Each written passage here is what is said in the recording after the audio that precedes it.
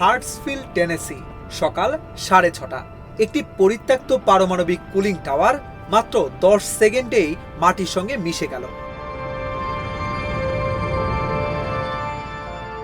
ঘটনাটি 18 সেপ্টেম্বরের।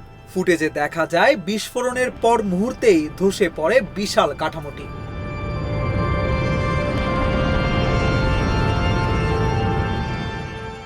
এই কুলিং টাওয়ারটি ছিল হার্টসভিল নিউক্লিয়ার প্ল্যান্ট প্রকল্পের অংশ, যেটি বহু আগেই বাতিল হয়েছিল।